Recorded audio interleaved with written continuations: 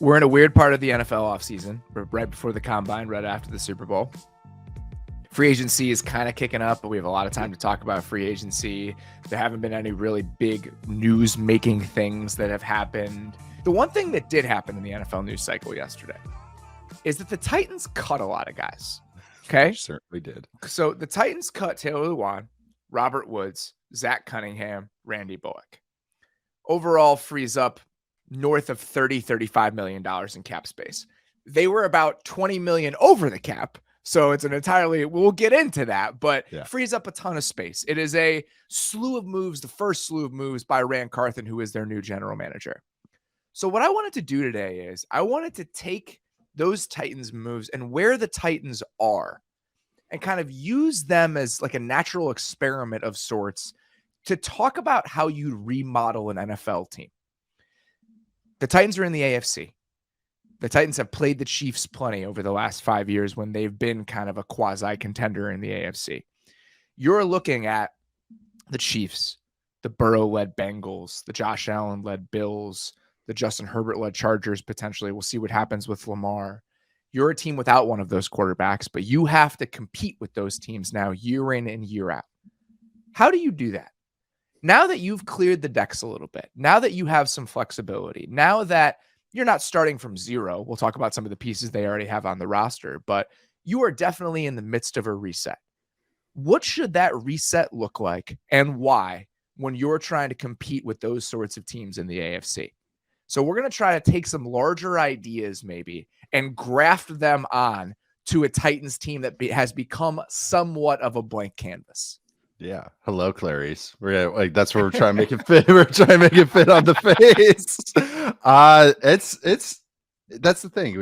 I think we've established, I think it's now a common fact that we know the biggest advantage in the NFL is having a rookie contract quarterback. A good one really helps as well.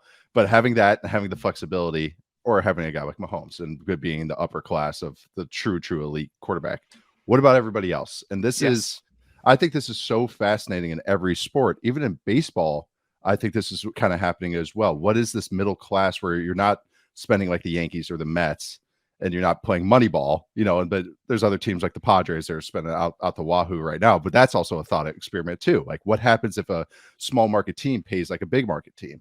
But I think in the football world, this is what I just think is how each team goes about this is so interesting to me, and how they got it, like the strengths of the team, how they build around this Titans team's built around Derrick Henry and an awesome play action attack with Ryan Tannehill, who was willing to stand in there and take a hit. That was their identity though. And they made it work. That's gone now. And I think that's an important part of this conversation is how much you try to hang on to those remnants of who you were and how much you try to turn the page. Some of this stuff is going to be Titans specific. Some of the players on their roster, some of their free agents, all of that. But I think that the goal here is to try to have that conversation rooted in those specifics, but have it speak to something larger and more general that applies to a lot of other NFL teams. So let's just set the financial table first off. Okay. So by moving on from Zach Cunningham, Taylor Lewan, and Robert Woods, they free up about $35-ish million in cap space. They started about $22 million over the cap heading into this offseason for reasons that we'll get into. So now they have about 12 million or so in flexibility. Let's say for hypothetical sake here, they move on from Bud Dupree as a post-June 1st cut. He's set to make $20 million against the cap this year. I have to assume that you can find $20 million worth of Bud Dupree's production in the free agent market. I didn't realize how long that contract kept going for. Through 2025. One of the very few deals where it happened in the moment. And I was like, that's not good. Like that is not going to be a good outcome for them. And we were correct about this. He's played 11 games each of the past 2 seasons. He's set to make 20 million. They can save another 15 million if they make him a post June 1st cut. So now you're at about $30 million in cap space, which is a lot, especially when your quarterback is set to make $36 million against the cap. I don't want to get into that quite yet because that is the biggest question about what the Titans are going to do. Right. So a couple more just little housekeeping things. A couple UFAs that they have. David Long is a free agent. Yes, he is. Nate Davis, one of their starting guards, is a free agent.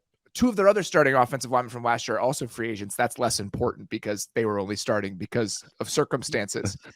And then Tyre Tart is a restricted free agent. Yep. So those are some of the guys that were contributors for them last year, that are set to hit free agency, and now it becomes a question of, do we want to resign any of these guys? Do we look into the open market to replace them? Whatever. So those are kind of the little bits of housekeeping here. The big question, obviously, becomes what you do with Ryan Tannehill and his $36 million cap hit, and what that says about where you are, where you want to go, and what you think the best path forward is. That's because if you look at the rest of the quarterbacks on the roster, they did draft Malik Willis as well, but they pulled the plug on that experiment. They plugged it back in and pulled it several times in 2022. They blew in the cartridge and then they tried to have it work again. And it did not work. So they tried might be time to toss that one. Yeah, so we'll see. We'll see with that path. But the Tannehill stuff is super interesting because to me, this team is primed for the tank word. It really is, or at least a 1 year kind of, all right, take a deep breath and really go for 2024. You brought up the offensive linemen and who they have under contract. They only have 3 offensive linemen under contract in 2024. Like they have one running back under contract. They have 1 quarterback under contract in 2024. I'm talking about. This team has choose your adventure plus. This is they can really reshuffle this, but the Tannehill thing is very interesting because if you want this next year's quarterback class, I know everyone says this. I just want to start with this. Next year's quarterback class, there is going to be some tanking. I do think it happen. Competitive tanking with Caleb Williams and Drake May. I really do think those are 2 prized prospects. Right now, a lot of things could change. But does Tannehill make you too competitive because he is a fine quarterback? And if you just have some semblance, but he can get you to 6, 7, 8 wins. So that is where, okay, do you really just point the nose south? Or do you try and move on from this and really just nuke it and really clean slate it and try and get something back, either trading him at the because they save money that way too, or cutting him at the post June 1st stuff. It's an interesting thing. It's an interesting thought experiment because I'm just laying it all out, like what the paths you can go down with this. Beyond even the 6, 7, or 8 wins you get by him keeping you competitive. If you're going to win 6 games, is it worth paying your quarterback $36 million? Right. Might as well win 4 and pay him, find somebody for 10. Probably not. Because guess what? We're in this wonderful world where cap space rolls over. So if you want to be in a good spot next year, you don't have to spend it all this year. I think wasn't the estimate for the 2024 cap $250 something million? I think is the estimate. It's going to be going up. It's going up. Let's say in this little hypothetical that we're building, they move on from Ryan Tannehill. Okay. We've talked about Tannehill in our quarterback carousel show earlier this week. I think that there would be teams who'd want to have Ryan Tannehill on their roster. Okay. He's in an interesting spot. He has a $27 million base salary. Okay. So whether teams want to take that on is a whole different question. Right. If they make him a post June 1st cut, they would save $27 million against the cap. He'd be $9.6 million in dead money. Some of their dead money hits, by the way, Julio is $8.4 million. The Julio thing, while I understand it in the moment, is pretty tough.